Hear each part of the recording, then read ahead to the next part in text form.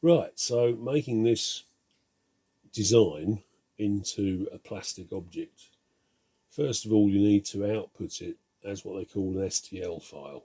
We've finished with this bit of software. I can now bring the other bit of software up, and so I'll close that.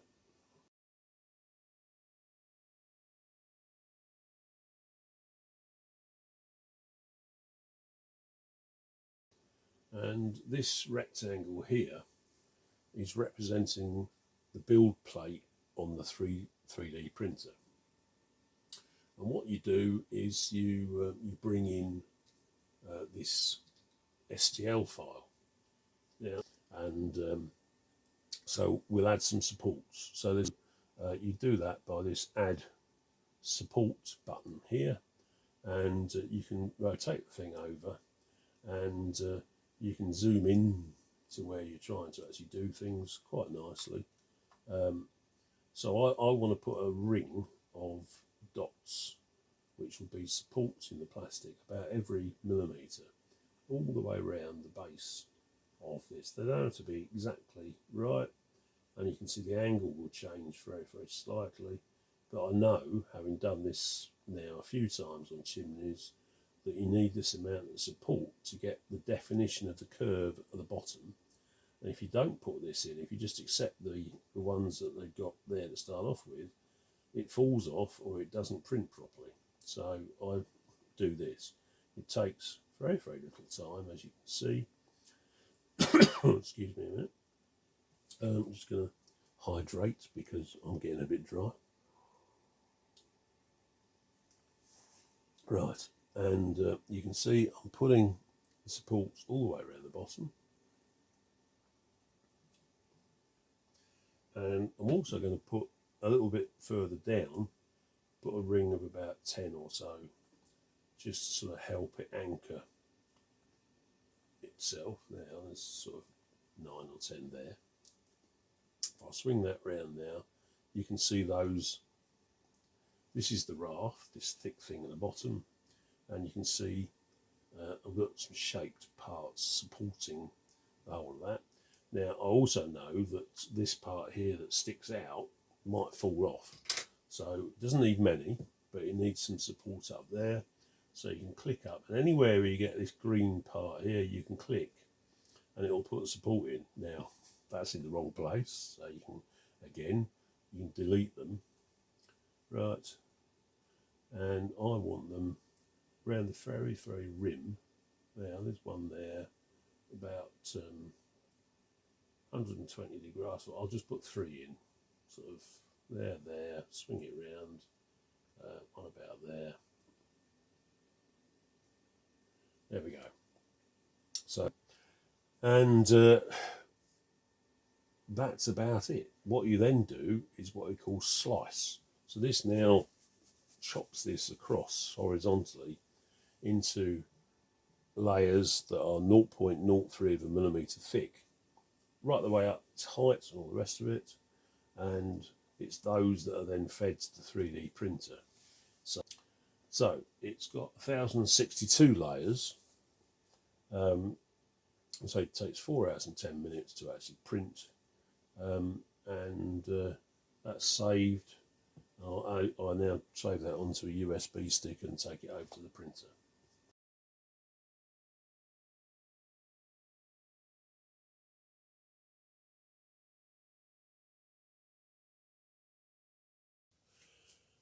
This is the 3D printer. It's an Elegoo Mars Pro, P meaning Pro.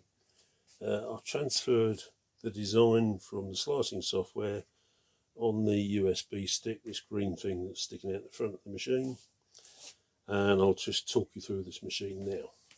It has a cover that you take off when you're loading the machine, and this is the build plate. So this bit here, this is the size of the objects I can actually get printed. The biggest I've managed to do was a boiler unit, which just about was the full length that I can actually manage. but whatever it is you're printing gets stuck on here and it hangs upside down from this plate, which we call the build plate. Let's put that back in. This part down here is the resin vat. Here it's got, you can hear a sort of a drum type. It's got a film in the bottom called FEP film. It's like a Teflon material, very slippy, and you put the resin in this vat, and the vat sits on top of this liquid crystal display screen, which is about the same sort of thing as you've got on your mobile phone, if you've got one. Control panels on the front. I'll switch things on and do this in a moment. I'll just put that there a minute. So I'll switch it on. Unfortunately, the switch is round the back, which is very inconvenient, but there we go. A phone starts up. There's a filter at the back here, and there's a gasket running down around the bottom of this cover, so that any fumes that are produced, and that's very little, gets absorbed by the filter, which I think is activated charcoal or something like that in there. I'll just show you this part here, where I need to go to the toolkit, and I'll press the thing called Tank Clean, and he says, there we go, and I'm just going to press next, and this is actually going to give you a clear screen. So all this screen that is the mask, if you like, at the moment is showing clear, and you might just be able to see, if I actually just hold this and move it over, you can see that there's ultraviolet light emitting from some diodes and stuff underneath there at the minute. So I'll just put this back down again and turn that bit off. Don't need that anymore. So the screen here is fed with the designs that have been set up and put into this printer via the USB stick. And what we're going to print is the chimney here. There it is, that's what you've seen already. And when I press the go button, this will start going down. I need to have put this back in place first, which I'm just about to do now. And it fits in nicely. You screw it down so it doesn't move. So it's got a transparent film shake up, and this is ABS-like photopolymer resin. I'll just give that a few shakes just to mix in all of the colorizing parts of the resin. There we go. And then you pour that in. You can see there's a max sign maybe, or maybe my arm's in the way, I don't know whether you can see that or not. But that's enough resin for this job. Put that on, stick it under a bench out of the daylight because it is UV sensitive. So that's me set up, ready to go. All I do now is press the button, and the build plate, you can see, is starting to move down, and this is where you then find you're standing, or I'm not going to run this continually. This will take, was it 4 hours, and it's telling me something down here, but it will do in a minute.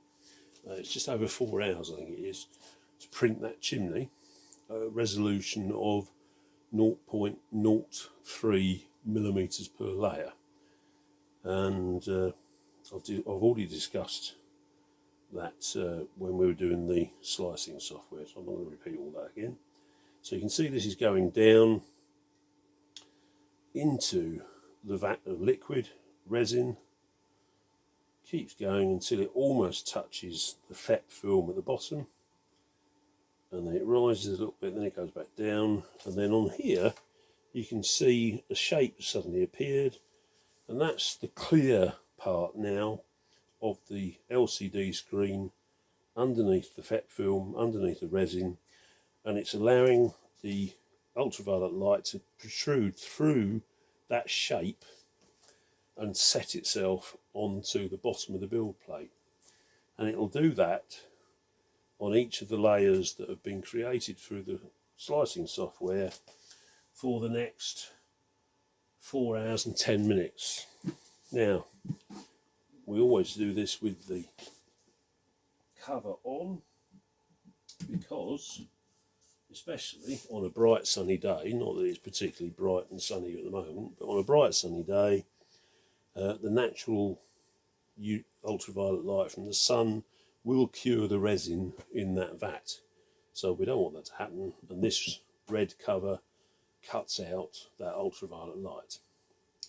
So we'll come back to this probably 3 or 4 times during the printing process. And as I say, at the moment we're on 1%, and I'll set a timer to remind me to come back to it every hour. And I'll say then we'll get four shots of it going through the actual process. But in fact, I'll just do a little bit more, just to sort of see if you can help you understand a little bit more. I'll say this is actually printing the raft at the bottom at the moment. Remember, there's 5 or 6 layers of that. I can't remember which I've programmed in now. So it's just gone out. This part will now lift and then go back down again. The reason it lifts is to allow fresh resin to go underneath the part that's been cured, if you like, on the bottom of the build plate. And it'll keep doing that, as I say, for the next 4 hours, rising up between each of the slices, 0.03 of a millimetre each time. As I say, I'll come back to that later, so I'll switch you off now. Okay, I've just had my alarm go off to tell me that an hour has elapsed. So I've got 3 hours and 31 minutes, and it's been going for an hour and 11 minutes, according to this. Oh, right, maybe the timing's not quite right on my alarm clock thing. No, I think it was Alexa that gave me that. Anyway, I'm just going to take this off and show you. You can see there's a bar going across here that's actually about, what is it, 24% finished. So that's about right. And I'll just take this off for a moment so you can see what's going on. I can assure you, you're not going to see very much at all at this stage. This is still going up and down. The build plate almost comes out the resin this time, but so you can also see we're just on the barrel, by the look of it, of the chimney, and each time that lifts up and then goes back down again. So it's now in position, the lights come on, the mask is a circle with 3 dots. The 3 dots are those supports I put in to hold the cap of the chimney so it doesn't fall off properly. Anyway, that's not really seen very much at all, is it? Let's come back in an hour and see what else has happened. Bye for now.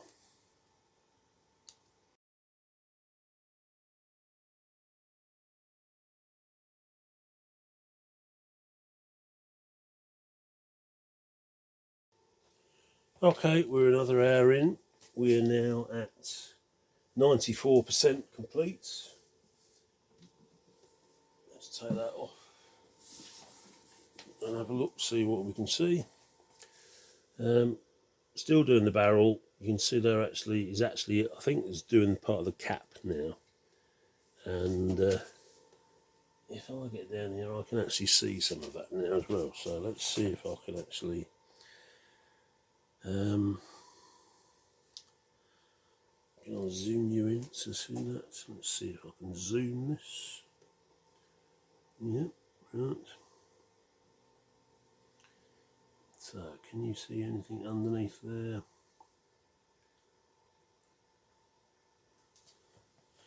You're looking in this bit here, and you can just about make out the shape. If I see if I can shine a light from the phone, just as it bobs up, so see if you can actually see anything. there's my phone, just trying to show. You can just about make out something there, but you'll see it more in a few minutes. So according to this, I'm having to get close because it's quite small writing. Another 13 minutes to go. So I'll pop the top back on, zoom back out. Well, I better zoom back out first. Then I'll pop the top back on, and I'll let the last few minutes run. So, and then you can see how this thing stops. So I'll stop for now, and then come back in about 8.5 minutes and see how we get on. Okay, here we are, about 2 minutes from the end or something. I'll just finish it off without the cover on so you can see what's going on a bit more.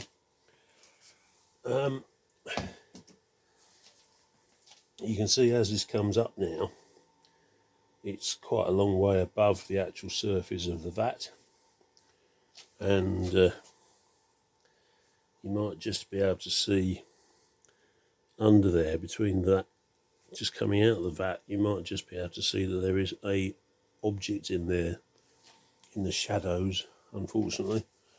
But as this carries on now, it's got we're on 99%. It's saying 2 minutes, so I'm just going to let it run, going up and down, and you can see down here it's just literally finishing with circles, in that we're now above the part of the cap where the 3 extra supports were on that I put on there, and so it's just finishing things off, and that circle will get thinner and thinner and thinner because this is where I tapered in the final part. So it's just got a few more to go. Can I read that number at all? This is 1061 out of 1062, so it's coming up for, and then it's going to go down for the last time, and it should go to 100% after this one. That's it. And now what happens is, you can see it doesn't go back down again, but it actually keeps going up, and you'll be able to start to see the chimney hanging down underneath it. And so it rises up until it's up to about this height at the back, which incidentally is about the full height of the thing that can actually be printed, about 180 millimeters or something. Now, when it gets to this position, you'll see a change on the screen under at the bottom there. Now it says printing done, and it tells you 4 hours and 12 minutes. So press that, that stops it. I'm just going to turn the thing off. And now what I tend to do is this device here, which just angles the build plate for about a few minutes while it just drains off any excess resin back into the vat. So I'll take that off, holding it over the vat. There's the chimney, you can see it quite well. But you can also see all this excess stuff. So you just hook that on over the actual vat and let it drain. So, and you can see a few drips now going in there. So I'll turn off now and come back in a few minutes, and we'll start doing the next process. Okay, I've let it drain for about, well, I suppose about 5 minutes now, and you can see the vast majority of that is actually gone. So take that bit off,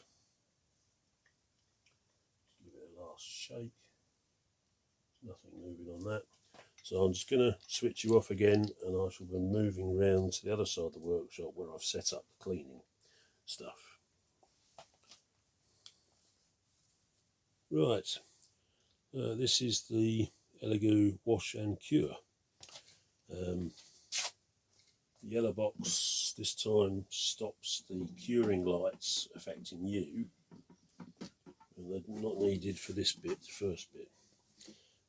Basically we have a tank here with a watertight or an airtight seal on it, and in there at the moment I've got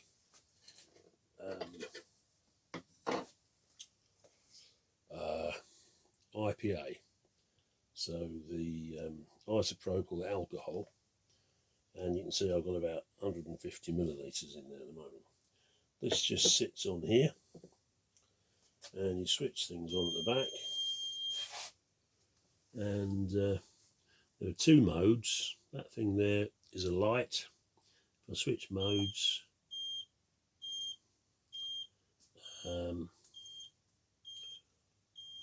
not quite sure what that's doing there a minute. Let me just turn it, stop it there a second. Right, let me get the other part sorted. So here is the chimney. You can see it now on the build plate, and you attach the build plate to this part this time, and this clips on, and you drop the whole thing, well, not drop it, but lower it, there we go, into the isopropyl alcohol, and we're going to start washing this. Now I think that beeping meant I do actually have to put this top on, probably a safety feature. Yes, in fact there's a sensor at the back, I hadn't realised, because I only got this yesterday, so this is only the second time I've used it. So now I'm on. Now I need to change the mode from the light, there we go, to the wash.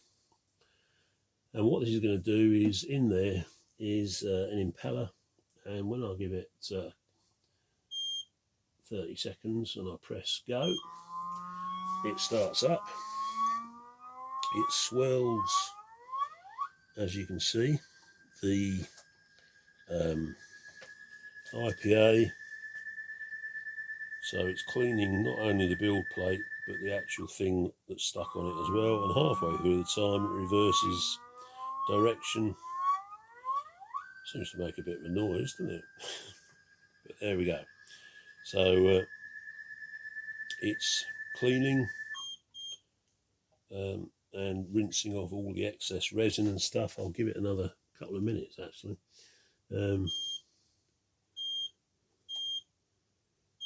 There's 2 minutes, so we can see what happens now. So it's twirling around, setting up quite a vortex in the bottom of it. I hadn't actually seen that bit before. And as you can see, it's swirling this alcohol across everything, and I'm told it's very, very effective at cleaning all of the excess resin off of the actual object you're trying to actually make. And it will continue to do that, as I say, for another, oh my goodness, another minute or two. So I'll just pause you and then call you back again with about 10 seconds to finish. Okay, you're back. There's 12 seconds left. It's going in the opposite direction to the way it was when I switched off or paused. So it'll stop any second. And there we go. So that's the wash completed. So now I'll swap things over and show you what's next. So this lid comes off again. I'll shove that over here out of the way, and this bit can now come off. I'll just let that drain the rest of the IPA back into the tub. You can see by the state that the actual build plate's in now, it's nice and clean. and I can see that the actual object is very nice and clean as well. So I'll just take that off of this bit. Don't need that bit anymore. So there's the actual build plate. So I'm just letting that put that on this paper towel, and that'll drain the rest of that stuff off. This bit now comes off, and I'll put the airtight top back on it. And this has been the most difficult thing. There we go. I've had to do so far. There's quite a lot of force needed to get that on. If your thing isn't staying on the build plate, you've got a sort of chip basket type thing that does the same thing. It just sort of sits in there, and the water, the IPA will swirl around everything inside that. But I left mine on the build plate, and now I'm going to take it off. So, excuse me a minute. Right, to do that, I've just literally got a plastic scraper, and there we go, it's off. So I'll just get another paper towel. I've got a supply of them, and they do use quite a few of them. So I'll just dry this, and I'm just going to go and put this back on the printer, which is behind us now. So, right, so that's back on the printer, and this just needs to air dry for a moment. I'll just help it a bit by blowing, and there's no more IPA on that, so that's good enough. And then you put this part on here, and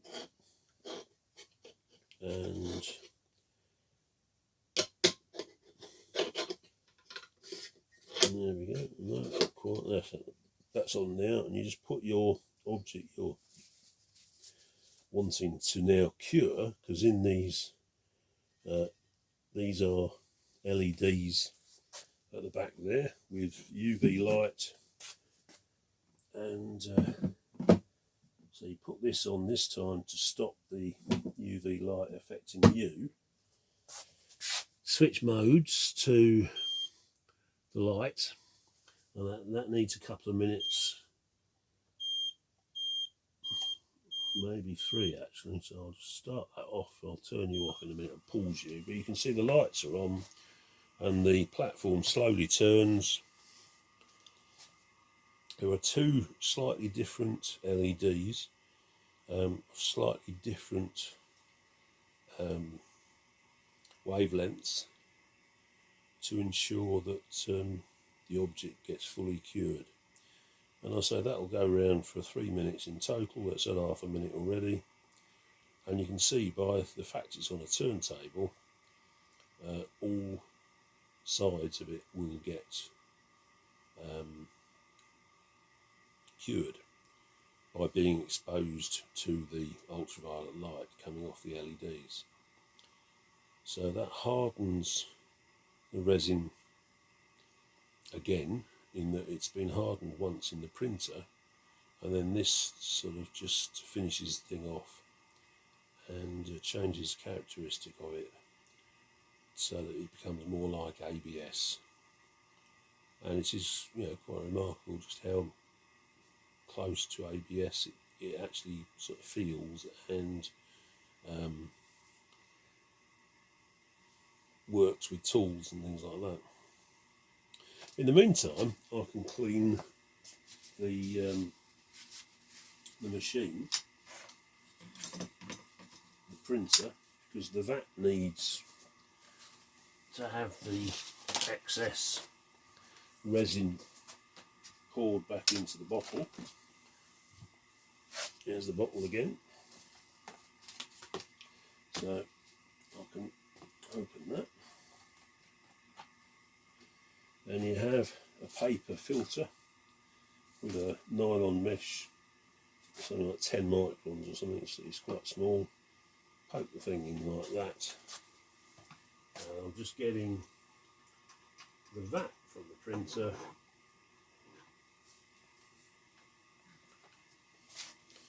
Here we go, you can still see there's loads of resin left in it.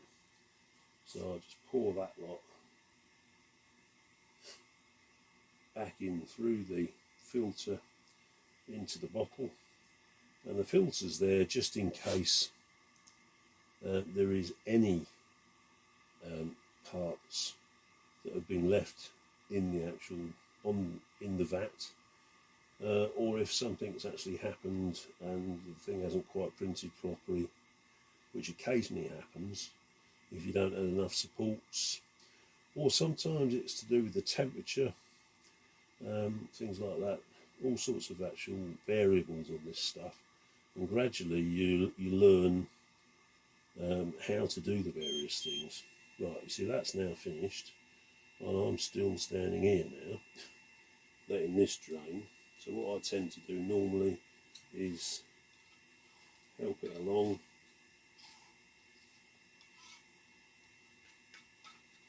So I'll just clean out that, and I'm going to press the stop button and get back to you when I've done all that. But you can see basically I'm just letting all that drain into there, and then what I do is I wipe it and put it back on the machine.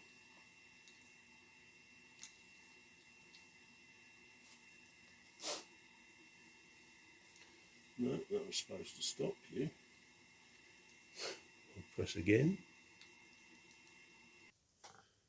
Okay, a few minutes later I've cleared the wash and cure machine down.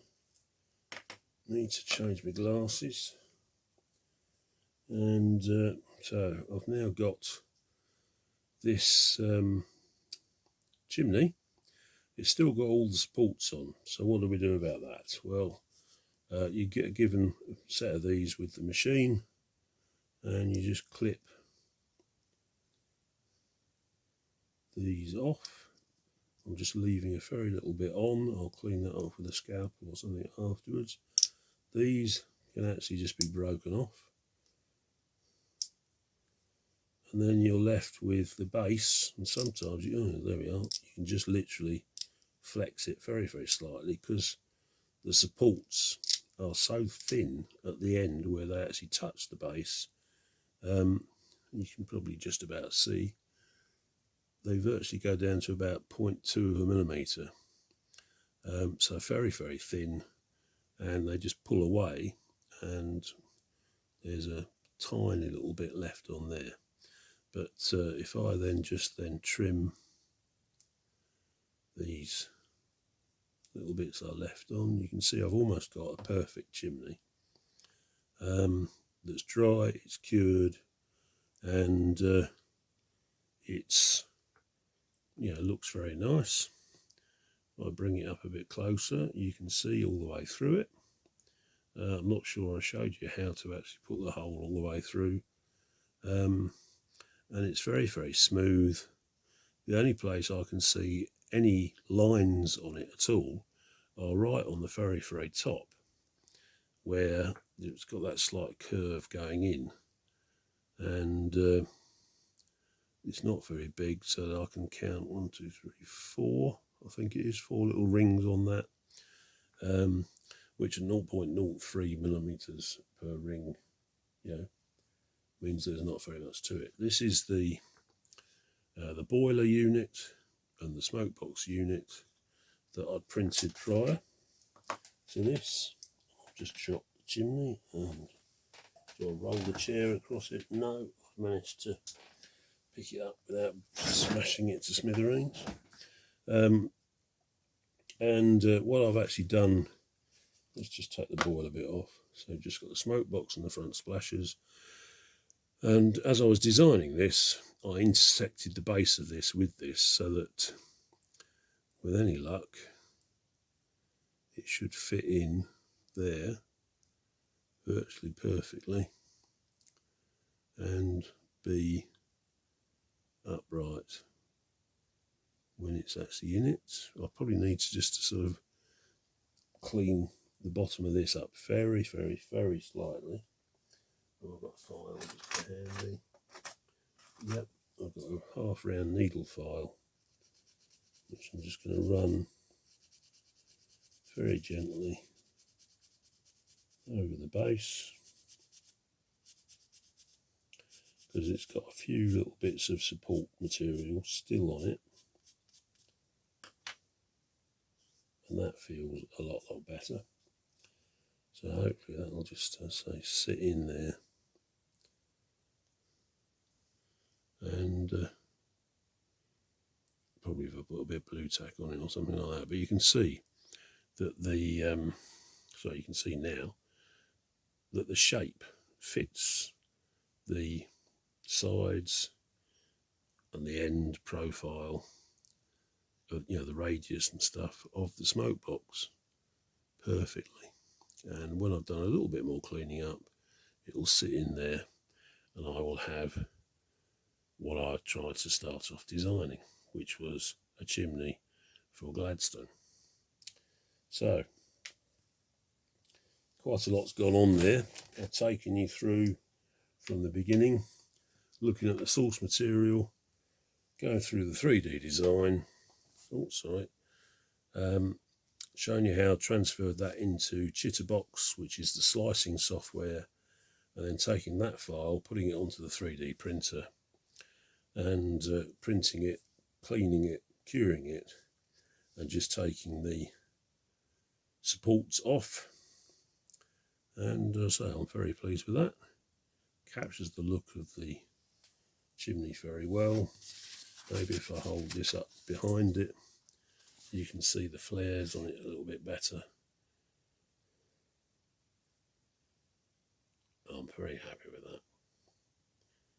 So that's me done. I hope you've enjoyed this lot, and I'll see what else I can do sometime in the future.